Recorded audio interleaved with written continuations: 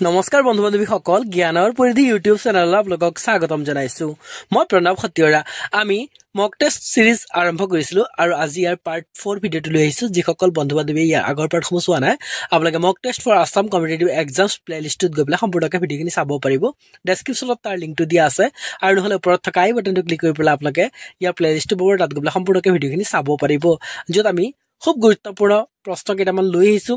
আৰু এইবিলাক upcoming TET কাম ৰিক্ৰুটমেন্ট এডিআই 2.0 আৰু আসাম পুলিচৰ কাৰণে খুব গুৰুত্বপূৰ্ণ আৰু যিসকল বন্ধু বান্ধৱী প্ৰথমবাৰৰ বাবে আমাৰ চেনেলৰ লগত জড়িত হৈছে বা প্ৰথমবাৰৰ বাবে আমাৰ চেনেলটো চাই আছে অনুগ্ৰহ কৰি আমাৰ চেনেলটো সাবস্ক্ৰাইব কৰিব আৰু লগতে কাষত থকা বেল আইকনটো প্ৰেছ কৰি ৰাখিব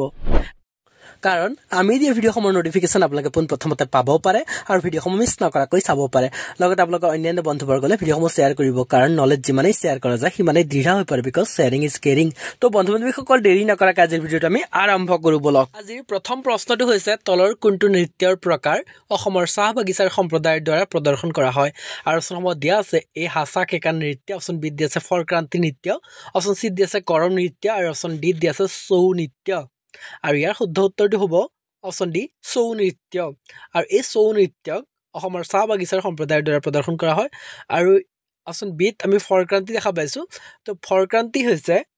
আমাৰ অসমৰ ৰাভাসকলৰ শ্ৰাদ্ধ অনুষ্ঠানৰ নাম এইটো তো নৃত্য নহয় এইটো ইয়াৰ পিছত আমি দেখা পাইছোঁ কৰম নৃত্য কৰম পূজাৰ লগত সম্পৰ্কিত আৰু এইখিনি খুব গুৰুত্বপূৰ্ণ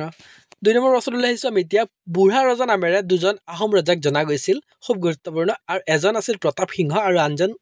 আছিল ডেছ বুলি সোধা হৈছে আৰু ইয়াত অপশ্যনসমূহ দিয়া আছে এ চুহুংমুং অপশ্যন বি দিয়া আছে গদাধৰ সিংহ অপশ্যন চি দিয়া আছে ৰুদ্ৰ সিংহ আৰু অপশ্যন ডি দিয়া হৈছে উপৰোক্ত এটাও নহয় আৰু আমি জানো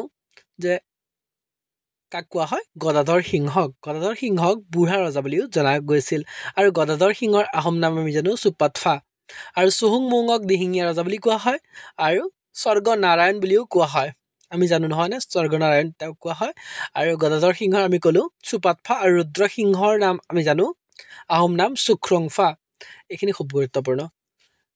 3 নম্বৰ প্ৰশ্নলৈ আহিছোঁ শেষ কছাৰী ৰজা কোন আছিল আৰু অপশ্যনসমূহ দিয়া আছে এ তুলাৰাম সেনাপতি অপশ্যন বি দিয়া আছে ৰাজা গোবিন্দ চন্দ্ৰ অপশ্যন চি দিয়া আছে গম্ভীৰ সিং আৰু অপশ্যন ডি দিয়া আছে মাৰজিত সিং আৰু ইয়াৰ শুদ্ধ উত্তৰটো হ'ব অপশ্যন বি ৰাজা গোবিন্দ চন্দ্ৰ 4 নম্বৰ প্ৰশ্নলৈ আহিছোঁ 1788 চনত গৌৰীনাথ সিংহই ব্ৰিটিছক সহায়ৰ বাবে আহ্বান জনোৱাৰ সময়ত অসমৰ ভাৰতৰ গভৰ্ণৰ জেনেৰেল কোন আছিল আৰু অপশ্যনসমূহ দিয়া আছে A William Bentinck option B দিয়া আছে লৰ্ড হেষ্টিংছ অপশ্যন চি দিয়া আছে লৰ্ড কৰ্ণৱালিছ আৰু অপশ্যন ডি দিয়া আছে লৰ্ড আৰউইন আৰু ইয়াৰ শুদ্ধ উত্তৰটো হ'ব অপশ্যন চি লৰ্ড কৰ্ণৱালিছ খুব গুৰুত্বপূৰ্ণ মনত ৰাখিব এইটো 5 নম্বৰ প্ৰশ্নলৈ আহিছোঁ প্ৰথম অসমীয়া সত্যাগ্ৰহী ব্যক্তি আছিল ডেছ বুলি সোধা হৈছে অপশ্যনসমূহ দিয়া আছে এ তৰুণ ৰাম ফুকন অপশ্যন বি দিয়া আছে নবীন চন্দ্ৰ বৰদলৈ অপশ্যন চি দিয়া আছে অম্বিকাগিৰি ৰায় চৌধুৰী আৰু অপশ্যন ডি দিয়া আছে গোপীনাথ বৰদলৈ আৰু ইয়াৰ শুদ্ধ উত্তৰটো হ'ব অপশ্যন ডি গোপীনাথ বৰদলৈ আৰু গোপীনাথ বৰদলৈ আছিল প্ৰথম অসমীয়া সত্যাগ্ৰহী ব্যক্তি আৰু অপশ্যনসমূহত দিয়া ব্যক্তিসকলৰ বিশেষ নাম আমি জানো নহয়নে তৰুণ ৰাম ফুকনক দেশভক্ত বুলি জনা যায় নবীন চন্দ্ৰ বৰদলৈ দেৱক কৰ্মবীৰ বুলি জনা যায় অম্বিকাগিৰি ৰায় চৌধুৰীক অসম কেশৰী বুলি জানো আমি আৰু গোপীনাথ বৰদলৈক আমি জানোৱেই নহয়নে লোকপ্ৰিয় গোপীনাথ বৰদলৈ বুলি জনা যায় 6 নম্বৰ প্ৰশ্নলৈ আহিছোঁ আমি এতিয়া 6 নম্বৰ প্ৰশ্নটো হৈছে কাৰ মৃত্যুৰ সৈতে বৰ্মন ৰাজবংশৰ শাসনকাল শেষ হৈছিল আৰু অপশ্যনসমূহ দিয়া আছে এ ভাস্কৰ বৰ্মন অপশ্যন বি দিয়া আছে বনমাল বৰ্মন অপশ্যন চি দিয়া আছে ভূতি বৰ্মন আৰু অপশ্যন ডি দিয়া আছে উপৰোক্ত এটাও নহয় আৰু ইয়াৰ শুদ্ধ উত্তৰটো হৈছে অপশ্যন এ ভাস্কৰ বৰ্মন আৰু ভাস্কৰ বৰ্মনে বিয়া পতা নাছিল নহয়নে তেওঁ সেইকাৰণে কুমাৰ ৰজা বুলি কোৱা হয় আৰু ভাস্কৰ বৰ্মনে থানেশ্বৰৰ ৰজা হৰ্ষবৰ্ধনৰ সৈতে মিত্ৰতা স্থাপন কৰিছিল তেওঁ এগৰাকী কটকীক পঠাইছিল মনত ৰাখিব আৰু তেওঁৰ নামটো খুব গুৰুত্বপূৰ্ণ হংসবেগ নামৰ কটকীক পঠিয়াইছিল আৰু তেওঁৰ শাসনকালত বিখ্যাত চীনা পৰিব্ৰাজক হিউৱেন চাং অসমলৈ আহিছিল আমি জানো নহয়নে আৰু হিউৱেন চাঙে এখন বিখ্যাত গ্ৰন্থ ৰচনা কৰিছিল আৰু তাৰ নামটো আমি জানো CUK হয়নে এইখিনি খুব গুৰুত্বপূৰ্ণ আৰু ভাস্কৰ বৰ্মনৰ সময়ত শিলভদ্ৰ অধ্যক্ষ আছিল নালন্দা বিশ্ববিদ্যালয়ৰ মনত ৰাখিব এইটো খুব গুৰুত্বপূৰ্ণ 7 নম্বৰ প্ৰশ্নলৈ আহিছোঁ আমি এতিয়া কোনজন ব্যক্তিয়ে ব্ৰিটিছ ভাৰতৰ সৈতে ইয়াণ্ডাবু সন্ধি স্বাক্ষৰ কৰিছিল আৰু অপশ্যনসমূহ দিয়া আছে এ আহোম ৰজা পুৰন্দৰ সিংহ অপশ্যন বি দিয়া আছে মোগলে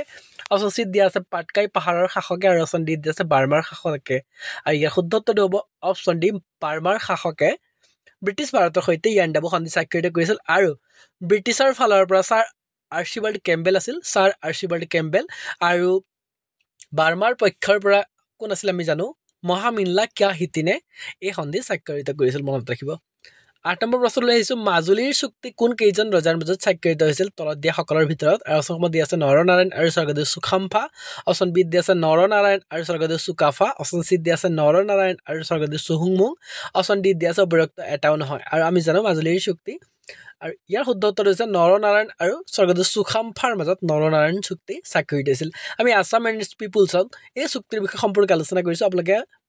আছাম এণ্ড ইটছ পিপুলছৰ প্লেলিষ্টটো চাই পেলাই সম্পূৰ্ণ ভিডিঅ'খিনি চাব পাৰিব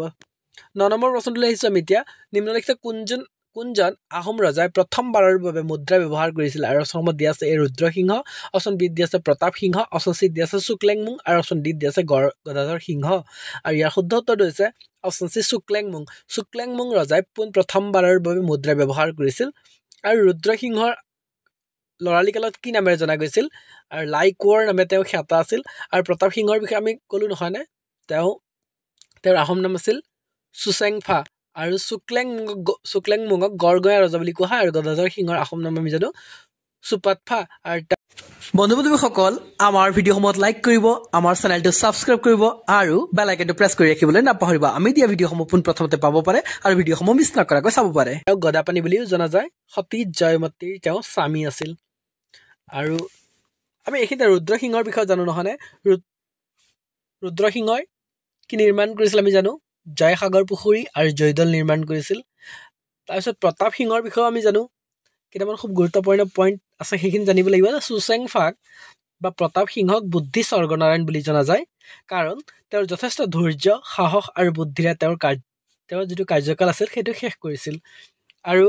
এটা খুব গুৰুত্বপূৰ্ণ পইণ্ট আছে যে অসমীয়া ভাষাত বুৰঞ্জী লিখাৰ নিয়ম চুচেংফাৰ ৰাজত্বকালত আৰম্ভ হৈছিল মনত ৰাখিব এইটো খুব গুৰুত্বপূৰ্ণ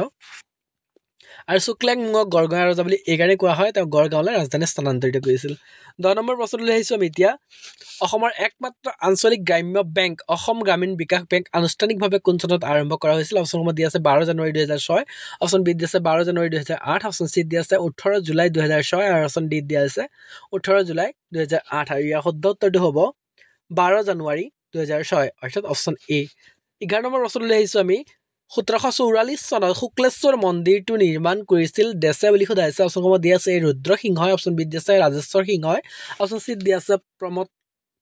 শিৱসিংহই আৰু অপচন ডি দি আছে প্ৰমত্ত সিংহই আৰু ইয়াৰ শুদ্ধ উত্তৰটো হ'ব অপচন ডি প্ৰমত্ত সিংহই মনত ৰাখিব খুব গুৰুত্বপূৰ্ণ শুক্লেশ্বৰ মন্দিৰ তেওঁ নিৰ্মাণ কৰিছিল 1744 চনত আৰু তাৰ লগতে তেওঁ আৰু এটি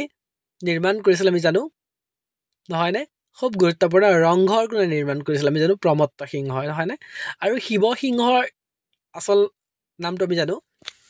তেওঁৰ আচল নামটো হৈছে বা আহোম নাম হৈছে চুতানফা বুলি কোৱা হয় তেওঁক খুব গুৰুত্বপূৰ্ণ এইটো 12 নম্বৰ প্ৰশ্নলৈ আহিছোঁ আমি এতিয়া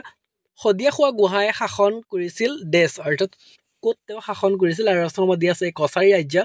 অপচন বি দি আছে চুতীয়া ৰাজ্য অপচন চি দি আছে কমতা ৰাজ্য আৰু অপচন ডি দি আছে সাজপুৰ আৰু ইয়াৰ শুদ্ধ উত্তৰটো হৈছে